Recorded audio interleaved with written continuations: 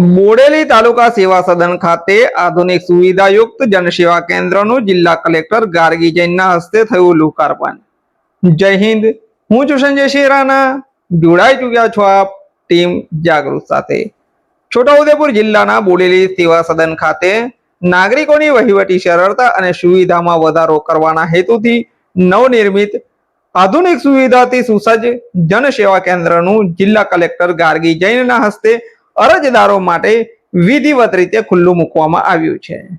બોડેલી તાલુકા સેવા સદન ખાતે મોટી સંખ્યામાં આવતા લાભાર્થીઓને ધ્યાનમાં રાખીને આ કેન્દ્રમાં બેઠક વ્યવસ્થા સહિતની તમામ આધુનિક સુવિધાઓ ઉપલબ્ધ કરાવવામાં આવી છે।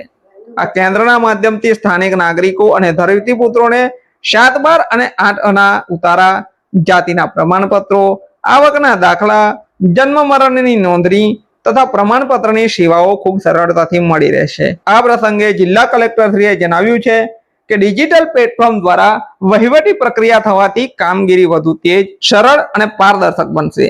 આ સાથે તેમણે કચેરીના તમામ સ્ટાફને રાજ્ય સરકારના અધિકૃત ડિજિટલ પ્લેટફોર્મ સુગમ ડિજિટલ ગુજરાતનો મહત્તમ ઉપયોગ કરવા માટે ખાસ અનુરોધ કર્યો હતો।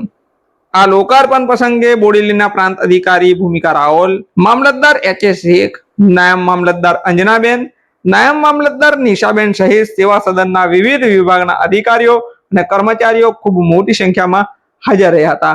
અમારો આ અહેવાલ આપને કેવો લાગ્યો અમને કમેન્ટ બોક્સમાં જરૂરથી જણાવશો અને જોડાયેલા રહેજો અમારી સાથે। અમે છીએ ટીમ જાગૃત। નમસ્કાર।